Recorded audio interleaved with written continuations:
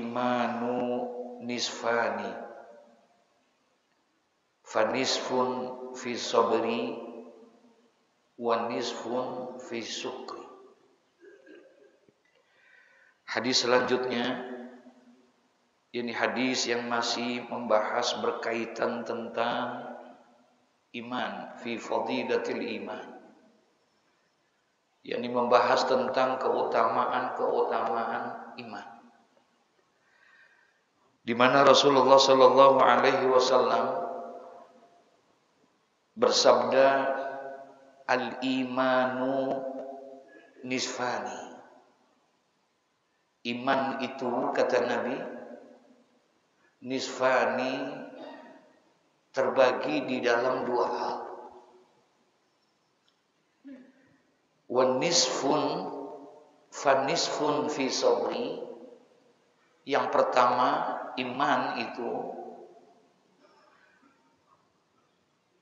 terdapat di dalam sabar. Wa nisfun fi syukri. Dan yang kedua, iman itu terdapat di dalam syukur.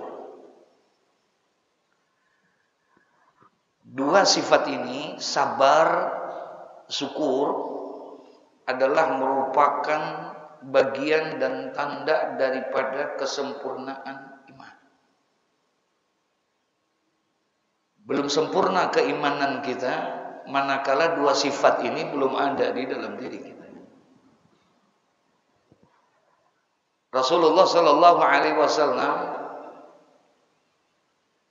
mengagumi orang mukmin itu karena dua hal ini. Terdapat sifat sabar, terdapat sifat syukur. Ini dua kata, dua kalimat ini, dua kata ini, sabar, syukur, dua kata yang mudah diucapkan, tapi sulit diamalin. Kelihatannya gampang, sabar, syukur. Ngomongnya gampang apa susah? Ngomongnya gampang apa susah gitu. Sabar, syukur, dua kata yang amat sangat mudah diucapin. Tapi ngamalinnya rada-rada berat.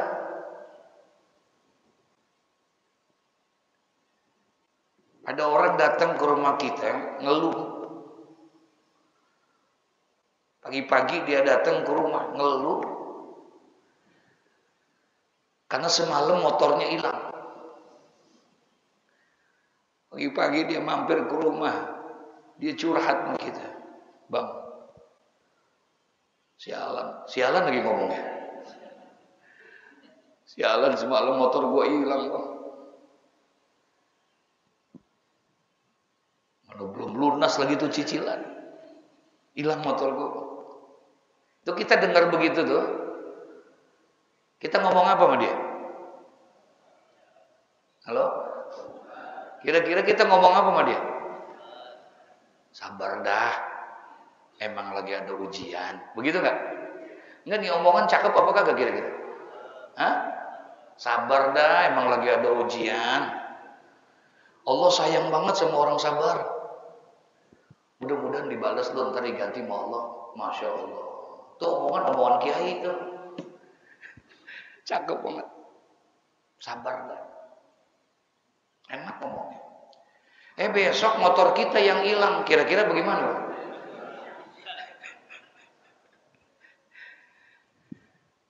Masya Allah, berat sabar. Makanya Rasulullah Sallallahu Alaihi Wasallam itu sangat bangga kepada orang yang beriman. Manakala dia mempunyai dua sifat ini, sabar dan syukur. Gampang dia ngucapinnya. Syukur mudah. Kita syukurin semua nikmat Allah. Tuh sebatas itu kita ngomong.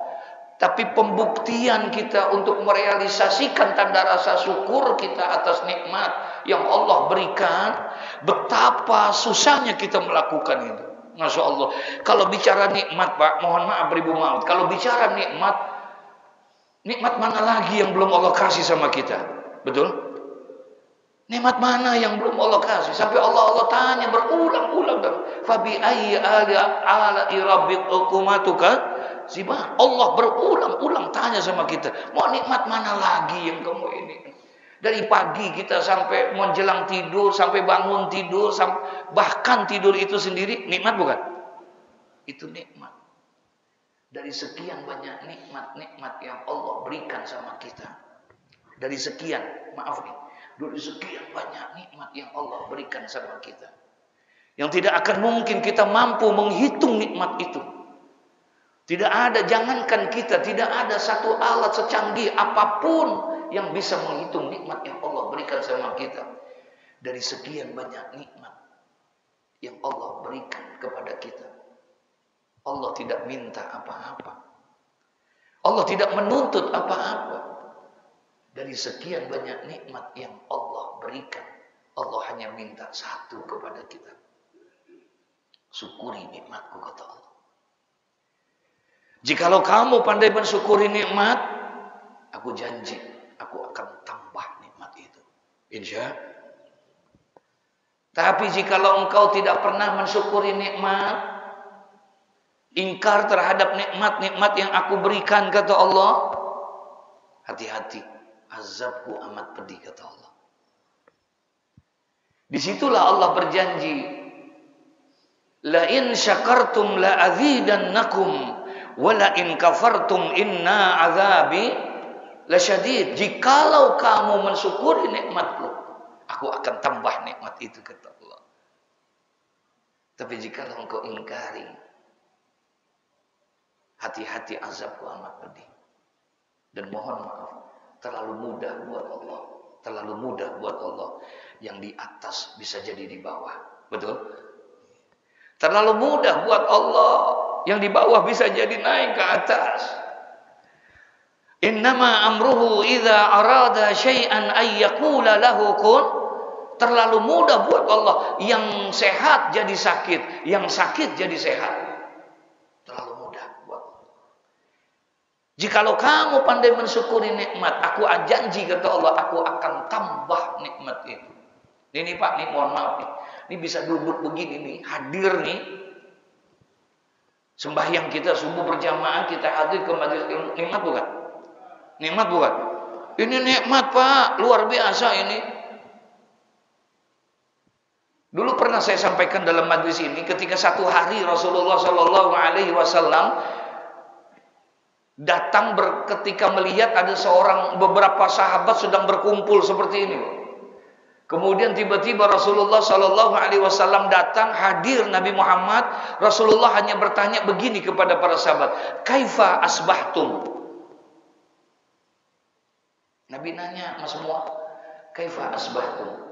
Bagaimana kabarmu di waktu pagi hari ini? Bagaimana kabarmu di waktu pagi hari ini? Ini Nabi akhlaknya. Dia tanya sahabat-sahabatnya, dia tanya kawan-kawannya, bagaimana kabarmu di waktu pagi hari ini? Saya yakin Pak, kalau seandainya pertanyaan itu ditanya kepada kita, ada orang nanya sama kita, Pak, bagaimana kabarnya pagi hari ini? Ibu, bagaimana kabarnya pagi hari ini? Bang, Mas, bagaimana kabarnya pada pagi hari ini? Saya yakin pasti jawabannya alhamdulillah sehat. Betul? Alhamdulillah baik. Begitu enggak? Itu jawaban kita. Ketika ditanya bagaimana kabarmu di waktu pagi hari ini? Baik, alhamdulillah, sehat, alhamdulillah. Begitulah jawaban kita. Tapi tidak jawaban sahabat pada saat itu.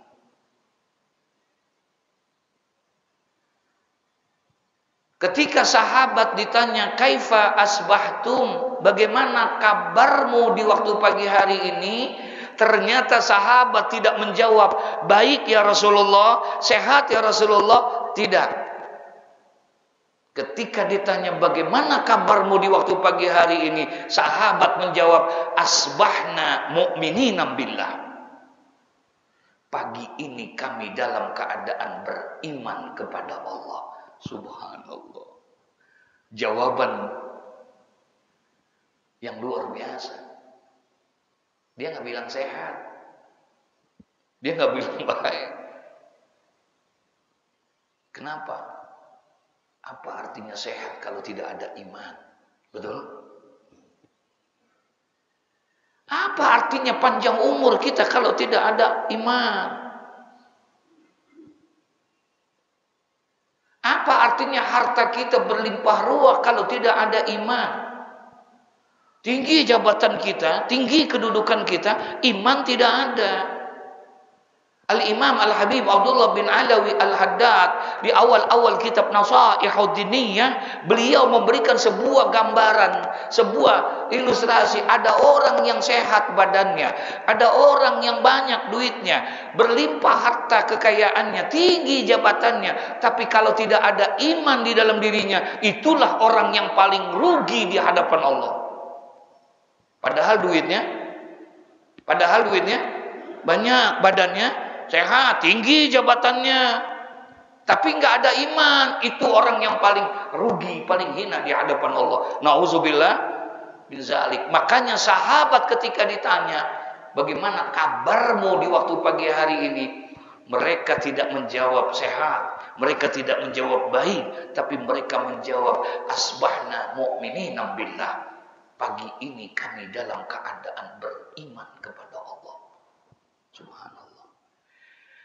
Nah, Nabi nanya lagi, wa ma alamatul iman? Apa tanda imanmu? Kalau kamu mengatakan bahwa kamu pagi ini dalam keadaan beriman, apa tanda imanmu? Mana tandanya? Mana cirinya? Mana alamatnya sebagai tanda keimananmu? Apa jawaban sahabat di waktu pagi hari seperti ini ditanya sama Nabi? Apa tanda imanmu di pagi hari ini? Mereka hanya menjawab nasburu 'alal raha wa nasbiru 'alal bala. Tanda iman kami ya Allah, pagi hari ini kami bersyukur atas nikmat yang Engkau berikan dan kami sabar atas ujian yang Engkau timpakan. Subhanallah. Jadi mereka menganggap ini sebuah adalah kenikmatan yang luar biasa. Ini nikmat loh. Pagi-pagi bisa seperti ini. Enggak semua orang bisa seperti ini, Pak. Betul? Enggak semua. Hanya orang pilihan. Hanya orang yang disayang sama Allah. Kalau bicara sehat, banyak gak yang sehat? Kalau bicara sehat, banyak gak yang sehat? Banyak, Pak. Kalau bicara sehat, banyak yang sehat. Kalau bicara banyak duit, banyak orang yang banyaknya duitnya. Tapi untuk melangkahkan kaki ke tempat ini, enggak. Ini tanda sayangnya Allah sama kita.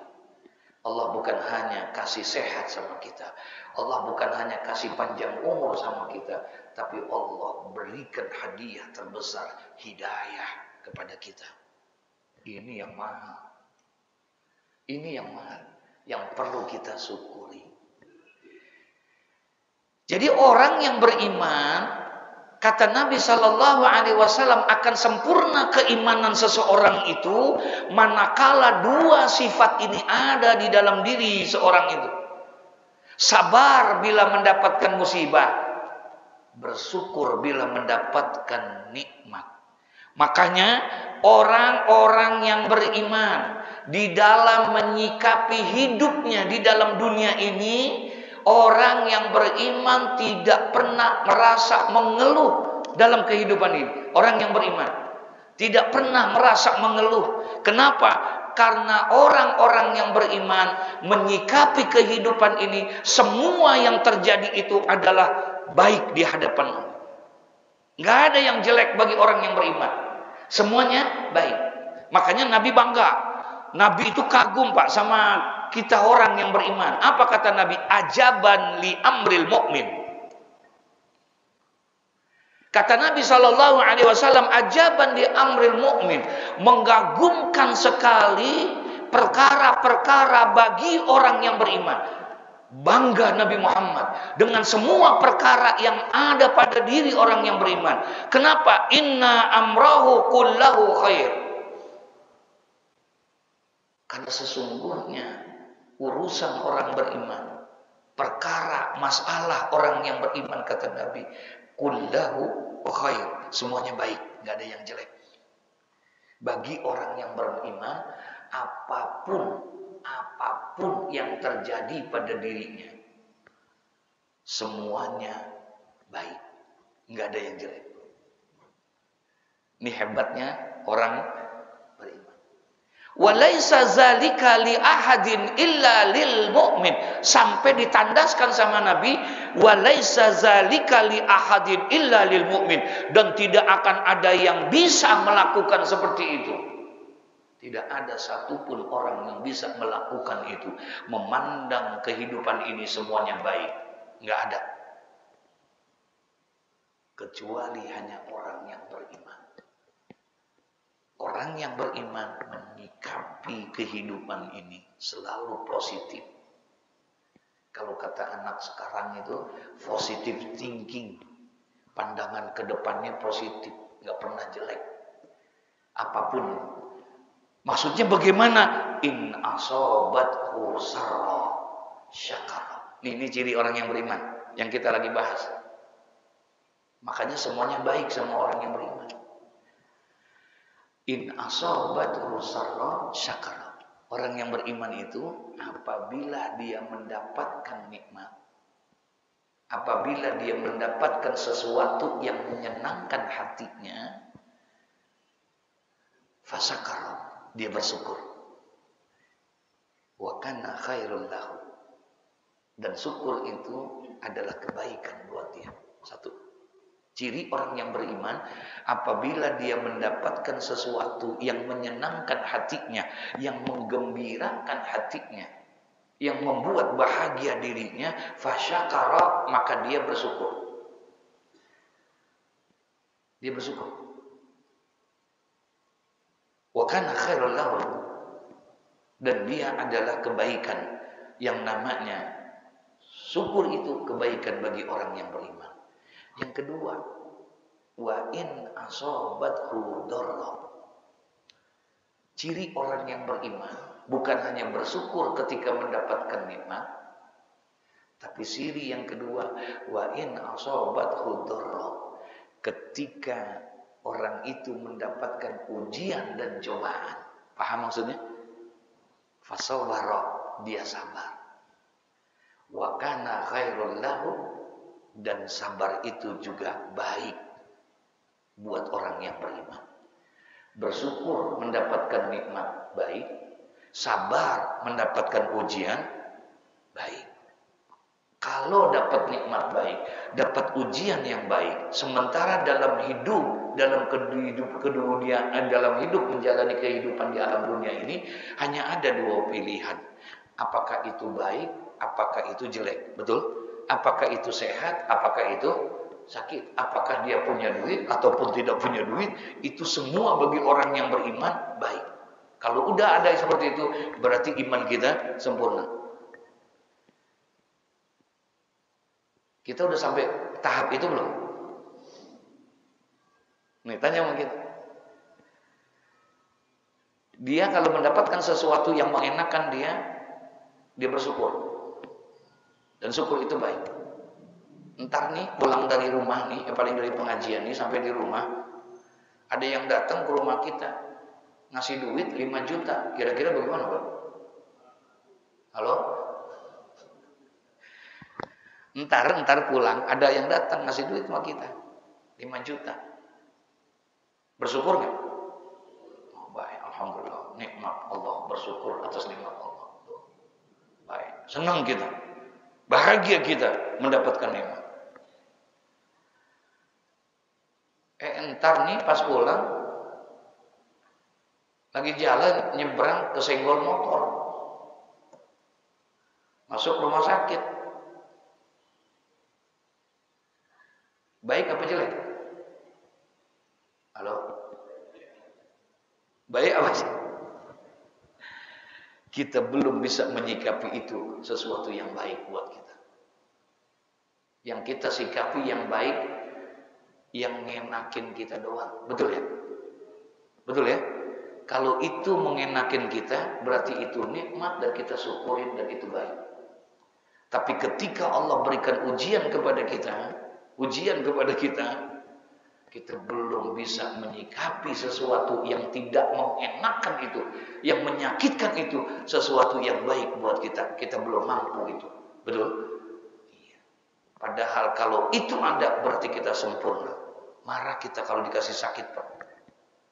Padahal di dalam sakit yang Allah berikan, bisa jadi di situ ada sifat lutufnya Allah.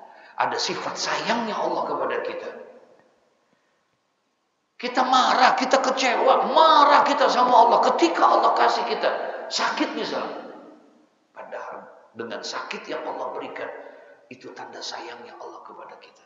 Kenapa Allah kasih sakit? Iya, ketika engkau sehat, badanmu sehat, kekuatanmu ada, engkau nggak pernah datang ke masjid.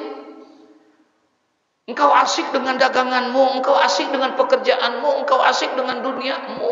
Lupa engkau untuk melaksanakan kewajiban-kewajibanmu. Allah pengen nyelamatin kita, maka Allah kasih sakit. Ketika pada sakit baru di situ. Ketika orang dikasih sakit, mulut mulai berzikir, astagfirullahaladzim, ya Allah, sehatkan saya ya Allah. Begitu enggak? Mulut mulai berzikir. Keinginan sudah mulai, mau berangkat ke masjid, pengen sembahyang, pengen ini, pengen itu. Berarti sakit yang Allah berikan itu membawa kebaikan apa kejelekan? Hah? Kebaikan buat kita. Sabar bila mendapatkan ujian. Bersyukur bila bisa mendapatkan nikmat yang Allah berikan. Sabar, baik itu as-sabru indal musibah. Sebab sabarnya macam-macam. Ada sabar dalam menghadapi musibah. Ada. Banjir rumah, bocor rumah, sakit kita, itu musibah. Sabar di dalam musibah. Tapi ada juga as-sabru inda ta'at, sabar di dalam ketaatan kita. Sabar di dalam beribadah kepada Allah. Kemarin sebulan di Ramadan kita diajarkan betapa kita diajarkan untuk menjadi orang yang sabar. Sebulan kita diajari sama bulan Ramadan. Itu bulan Ramadan sebuah sekolahan buat kita. Karena terlalu banyak kurikulum dan pelajaran yang ada di bulan Ramadan. Yang mengajarkan kita, membina kita, menggembleng kita dalam satu bulan. Supaya perjalanan 11 bulan ke depan kita menjadi manusia-manusia yang luar biasa. Datang bulan Ramadan, kita diajarkan oleh Ramadan. Nih, cuman kita kadang-kadang nggak memikirkan itu. Yang penting gua puasa, begitu ya. Yang penting gua kagak makan, kagak minum. Yang penting gua tarawih. Kita nggak mengambil pelajaran. Ada apa di pelajaran Ramadan? Tujuannya mau kemana itu Ramadan? Kita rada-rada kurang pikirin yang kayak begitu mah. Kita kurang memperhatikan itu. Padahal begitu banyak pelajaran. Masya Allah. Diajarkan kita dalam sabar oleh Ramadan. Maaf deh, kemarin puasa lapar nggak? Halo, lapar nggak? Haus nggak? Lapar enak nggak? Lapar enak nggak? Haus? Nggak enak. Tapi kita ngerasain nggak? Kenapa? Lagi belajar supaya kita ngerasain lapar, supaya kita ngerasain haus. Lapar itu enak nggak? Haus itu enak. Terus kalau kamu sudah merasakan lapar itu nggak enak, kalau kamu sudah merasakan bahwa haus itu tidak enak, laparmu hanya sebentar, hausmu hanya sebentar. Pagi, sore selesai. Betul? Subuh sampai habis maghrib, kenyang lagi nggak? Kenyang lagi nggak? Segitu doang lapar kita. Diajarin kita supaya menjadi orang yang bisa merasakan itu lapar. Kenapa kita bisa merasakan supaya diajarkan merasakan lapar dan haus? Oh, ternyata lapar itu tidak enak, haus itu tidak enak. Tapi lapar itu hanya sebentar. Di luar sana ada orang yang laparnya bukan dari subuh sampai maghrib. 2 hari mereka tidak makan. Ada nggak? Di luar sana ada orang-orang yang harus terpaksa menjual harga dirinya hanya untuk mencari makan sesuap nasi buat anak-anaknya. Di luar sana, Pak. Sampai-sampai dia jual kehormatannya. Ketika suaminya meninggal dunia, tidak membawakan apa-apa kepada dia, hanya anak yang banyak yang begini kan. Mau dagang modal nggak punya, mau bekerja tidak ada yang bisa dia pekerjakan. Banyak memang saudara-saudaranya itu, ada orang yang rumahnya besar, yang duitnya banyak, tapi mereka asik dengan dirinya, tidak pernah peduli kepada dirinya, sehingga bingung dia untuk mencari makan anak dan istri keluarganya itu.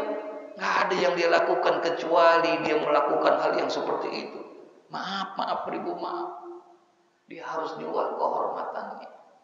Dia harus jual harga diri. Berganti setiap malam dalam pelukan-pelukan laki-laki yang bukan halal buat dia. Bukan dipikir dia senang, Pak. Enggak, dia enggak merasakan nikmat. Nangis ketika dia ditiduri oleh orang-orang itu. Dia terpaksa melakukan itu karena ingin memberikan makan buat anak-anaknya. Tapi kita yang melihat begitu, hanya kita kata-katain dia. Hanya kita ini dia pelacur, ini. Nangis Pak dia. Kita nggak pernah peduli. Konsep puasa ngajarin kita supaya peduli, supaya mereka jangan sampai melakukan itu. Kalau kita punya rezeki, bantu dia, berikan modal untuk usaha mereka sehingga bisa membawa keluarganya menjadi baik. Insya puasa ngajarin sabar gitu. Sabar dalam ibadah, sabar dalam musibah, sabar dalam maksiat. Al-iman nisfani. Iman terbagi menjadi 2. Yang pertama, fan nisfu fi sabri wan nisfu fi syukri. Dia berada di dalam sabar dan iman juga berada di dalam syukur. Kalau 2 sifat ini ada pada diri kita, berarti keimanan kita insya Allah menjadi sempurna. Wa qala sallallahu alaihi wasallam, al-imanu qayyidul fatqi la yaftikul mu'min. Kata Nabi dalam hadis yang kedua, iman itu qayyidul fatqi,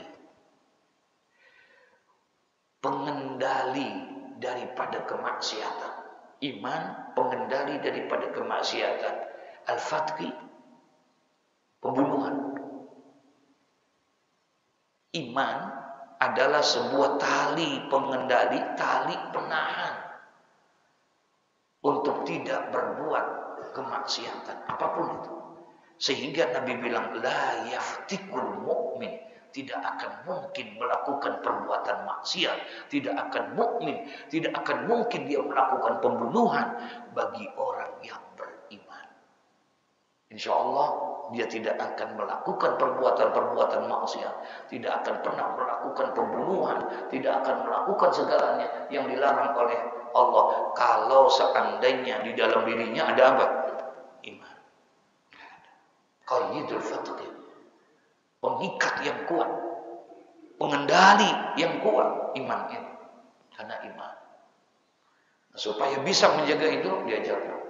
Bagaimana menjaga, merawat iman selalu ada? Nah, banyak hadir ke majlis ini namanya penyuburan iman. Ibarat pohon disiramin pohon itu. Di rumah kita punya pohon bagus, mahal harganya. Bagus kembangnya, warnanya cerah dan lain sebagainya. Tapi kalau pohon itu tidak pernah disirami, Maka pohon yang bagus, yang mahal itu lama-lama bakalan apa? Mati. Dia perlu disirami. Sama hati kita gitu juga. Dia akan jadi hati yang keras. Dia akan jadi hati yang gelap. Dia akan jadi hati yang mati kalau seandainya tidak pernah disirami. Sirami hati kita sebagaimana kita menyirami pohon di rumah kita. Ada waktunya, pagi, siang, sore. Bahkan bukan hanya disirami pohon itu supaya bagus daunnya, supaya bagus hasilnya, supaya bagus itu buah dan bunganya. Kita pun berikan pupuk kepada pohon itu supaya pohon itu tumbuh dengan baik. Betul? Hati kita gitu juga. Kita jangan siramin doang, tapi kita kasih pupuk. Siramin hati kita. Dengan apa? Dengan ayat-ayat Al-Quran. Sirami hati kita. Dengan apa? Dengan hadis-hadis Nabi Muhammad. Sirami hati kita. Dengan apa? Zuhur, asar, maghrib, isya, subuh. Itu lagi waktu menyirami kita. Menyirami hati kita. Kalau perlu, kasih pupuk hati kita. Supaya tambah bagus buahnya. Supaya tambah bagus warna kembangnya. Dengan cara apa? Kasih pupuk yang terbaik. Tahajud misalnya. Duha misalnya. Zikir misalnya. Itu adalah merupakan pupuk-pupuk untuk pembenahan diri kita. Kalau iman itu sudah ada, maka insya Allah segala sesuatu yang dilarang oleh Allah tidak akan mungkin dilakukan bagi orang yang beriman. Makanya kata Nabi, al-iman qayyidul fatki la yaftikul mu'min. Iman itu adalah pengikat yang kuat. Iman itu adalah kerangkeng bagi orang yang beriman. Dikerangkeng dia dari perkara-perkara yang jelek, dari maksiat-maksiat, termasuk adalah qayyidul fatki, yaitu membunuh dan mencelakakan orang. Nggak mungkin orang yang beriman melakukan hal yang seperti itu. Insya Allah.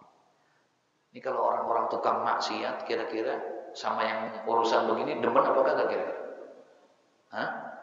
Orang yang tukang maksiat kira-kira mau urusan yang kayak begini demen apa kagak? Enggak demen, Pak. Enggak demen. Hanya orang yang beriman dia senang yang kayak begini. Malah ada yang kirim surat ke pengurus. Gitu. Tuh, kalau bisa jangan kenceng-kenceng tuh. Gitu. Suara pengajian jangan kenceng-kenceng tuh. Suara azan jangan kenceng-kenceng tuh. Ada nggak yang begitu kira-kira ya? Halo? Ya Allah, kan main. Kenapa bisa begitu? Kosong Pak ininya. Imannya. Kalau orang yang beriman dengar suara ayat Quran bukan tambah kesel, malah girang hatinya. Alhamdulillah. Bergetar hatinya, wajilat qulubuhum ketika ada orang mengumandangkan azan, ketika ada orang membacakan sholawat menjelang sholat, membacakan Quran menjelang sholat, girang hatinya girang, bergetar hatinya, ingat kepada Allah. Itu orang yang beriman. Tapi kalau orang yang kosong, kira-kira girang apa kesel? Masya Allah. Wa qala Rasulullah sallallahu alaihi wasallam, iza wa qala khalafallahu al-iman wa khaffahu wa maddahu bis sama'ati wal haya. Masya Allah. Bersabda Nabi sallallahu alaihi wasallam, khalaqallahu al-iman. Allah telah menciptakan iman, Allah jadikan iman kepada kita ini. Kemudian wa haffahu, yani wa zayyanahu. Kemudian Allah hiasi iman itu kepada diri kita. Dengan apa? Wa maddahu bis samaha wal haya. Iman itu dihiasi dengan takwa, dengan melakukan perintah Allah, menjauhkan perintah Allah, menjauhkan larangan Allah. Nah, Allah hiasi keimanan yang ada pada diri kita. Kemudian wa haffahu wa maddahu bis samaha wal haya. Allah masukkan di dalam orang-orang yang beriman itu sifat-sifat kemurahan, sifat-sifat wal haya, malu. Kalau ada iman dalam sisi orang, Allah udah kasih nih iman kepada diri kita, tumbuh tuh dalam diri kita. Dihiasi iman itu dengan takwa. Kemudian diisi iman itu dengan sifat malu, sifat samaha, ya, yaitu sifat murah, toleransi gitu. Diisi hati kita. Kalau ada iman, maka secara otomatis Allah akan hiasi hati kita dengan ketakwaan dan juga ada sifat malu dalam diri kita. Karena malu itu juga bagian daripada iman. Al-haya'u minal iman. Terakhir kata Nabi SAW, Nabi bersabda,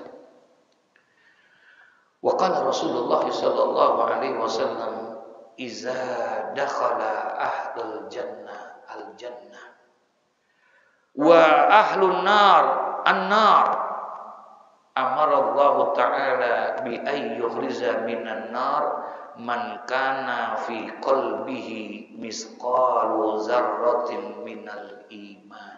Allahumma sholli ala sayyidina Muhammad. Ini Pak, beruntung kita menjadi umatnya Nabi Muhammad. Nanti ketika kehidupan alam dunia ini selesai, semua makhluk hidup mati. Bukan hanya tumbuh-tumbuhan, bukan hanya binatang, bukan hanya manusia, malaikat pun semua juga mati. Semua.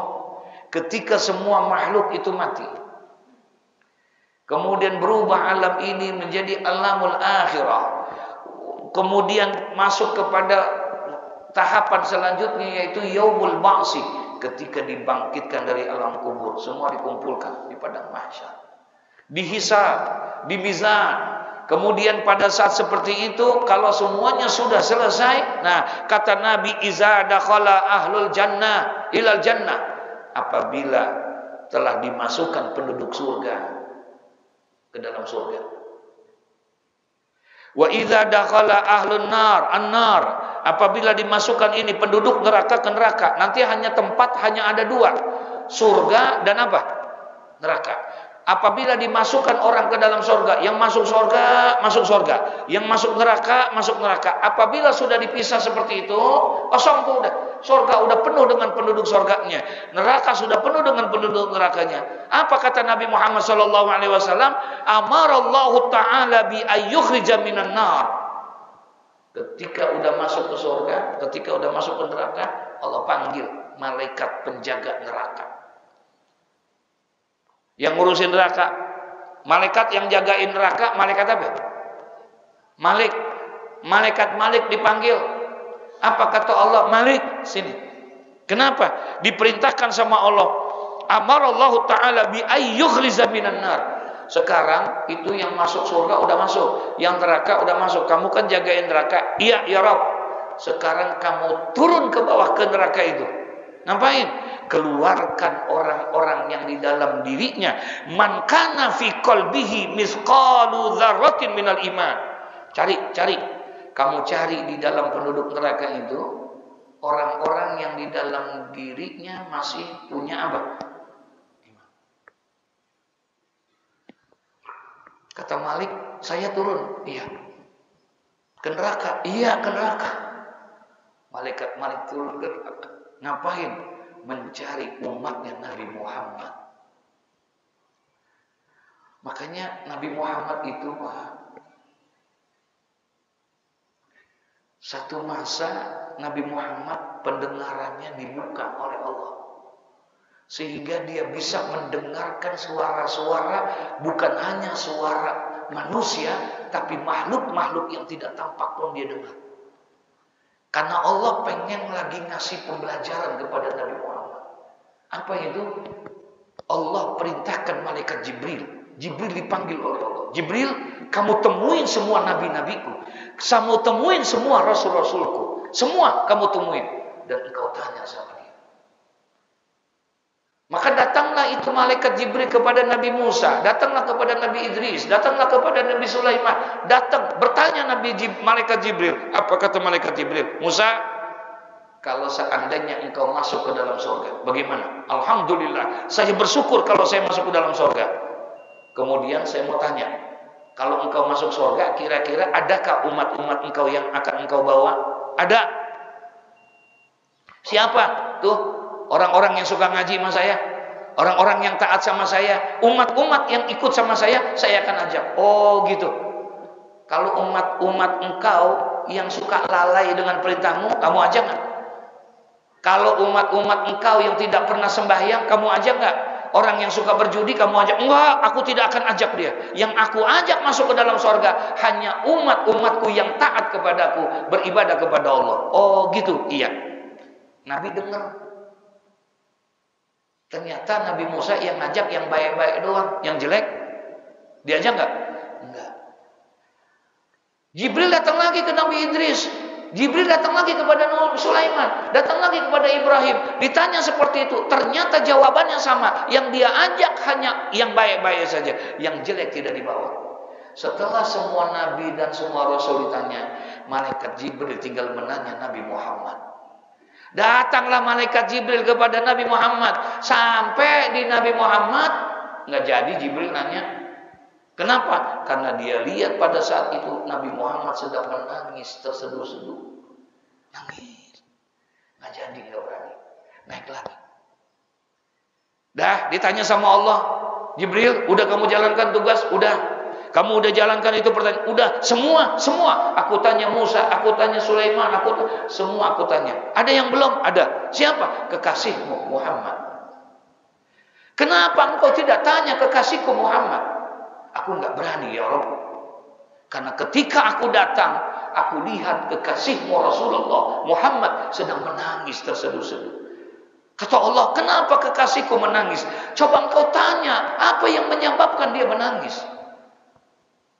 Maka turunlah itu malaikat Jibril lagi nanya kepada Nabi Muhammad, apa yang membuat engkau menangis wahai Rasulullah? Apa jawaban Nabi Muhammad? Ya Jibril, aku dengar ketika engkau datang kepada Nabi Musa, ketika engkau datang ke Sulaiman, ke Ibrahim, ke semua para nabi, aku dengar dengan jelas mereka ketika masuk ke dalam sorga, mereka hanya ingat kepada umat-umatnya yang baik saja. Mereka tidak mau mengajak umat-umatnya yang selalu berbuat dosa dan berbuat maksiat. Sampaikan kepada Rabbku, sampaikan kepada Tuhanku, bukan hanya yang baik, yang bermaksiat pun akan aku ajak dia ke sana. Allahumma sholli ala sayyidina Muhammad. Tuh Nabi Muhammad tuh. Bukan yang baik doang, yang jelek diapain? Akhirnya disetujui sama Allah. Keluarlah, kata Nabi, kullu ummatin yadkhulunal jannah. Semua umatku akan masuk ke dalam surga. Insya Allah haramkan neraka, dikekalkannya umat Nabi Muhammad. Insya Allah nanti umat Nabi Muhammad nggak ada yang kekal di dalam neraka. Amin. Ya Rabbal, nggak ada yang kekal, bukan nggak ada yang masuk. Nggak apa? Nggak kekal. Kalau masuk, kira-kira ada juga nggak? Halo? Yang mana orangnya? Kalau masuk iya, tapi nggak dikekalkan. Nah, ini nih hadis penutup kita.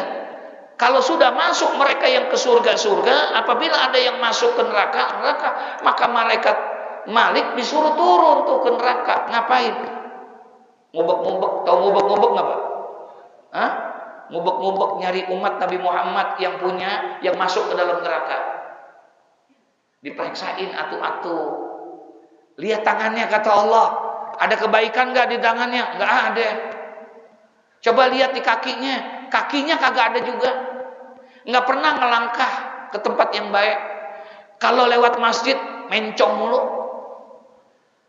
Matanya nggak ada kebaikan. Semuanya nggak ada kebaikan. Kata Allah, coba lihat di hatinya. Di hatinya pun nggak ada kebaikan. Masya Allah, kalau kayak begitu. Akhirnya nggak ada.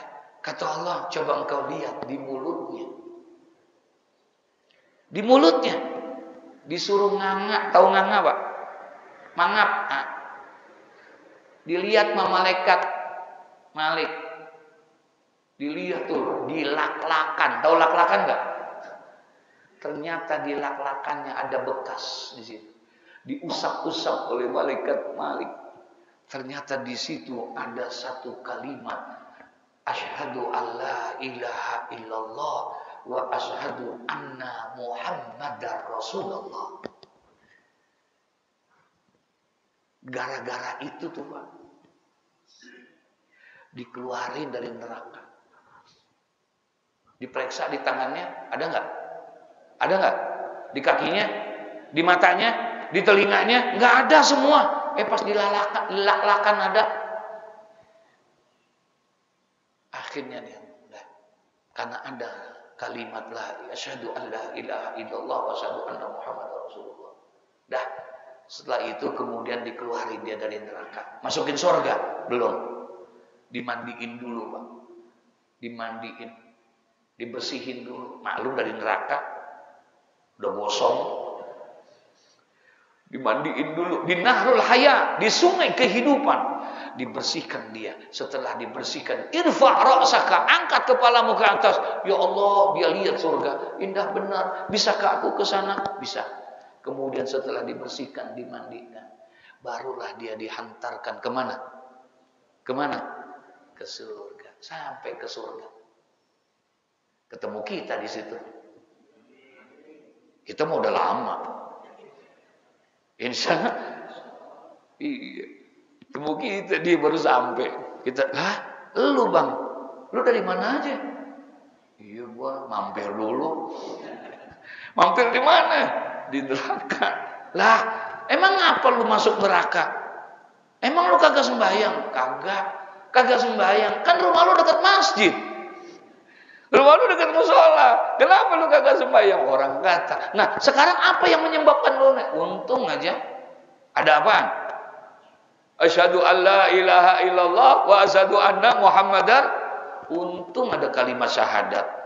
Itu juga gua baca lagi kawin. Coba kalau kagak kawin, polos gua. Untung gua kawin. Astagfirullahaladzim. Nah, disinilah bentuknya iman. Jaga iman kita. Mudah-mudahan selalu dipelihara oleh Allah Subhanahu Wa Taala.